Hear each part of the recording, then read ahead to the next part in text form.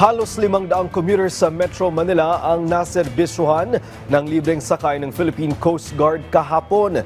Samantala abot dibdib na tubig baha naman ang sinuong ng kanilang rescuers sa Pampanga para mailikas ang mga residente. May detalye si Jeremy Pescano ng PTV.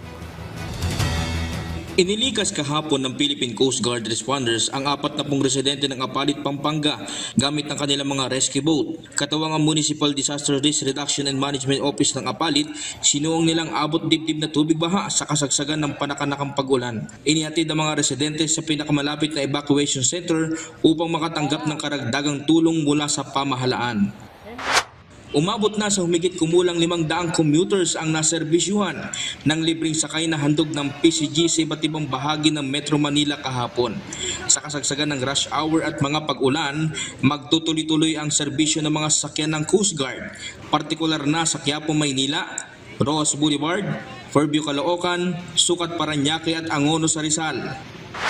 Kasama sa mga inilikas kahapon ng PCG ang isang buntis at isang sanggol sa kasagsagan niya ng mga pagbaha sa barangay Hulong Duhat na matatagpuan sa ilalim ng Malabon Bridge. Dinala sila sa Malabon City National High School na nagsisilbing evacuation center sa lugar. Isinailalim naman sa medical evaluation ng mga evacuee, lalo na mga senior citizen, buntis, sanggol at mga kabataan upang mabantayan at matutukan ng kanilang kalusugan ngayong panahon ng tag-ulan.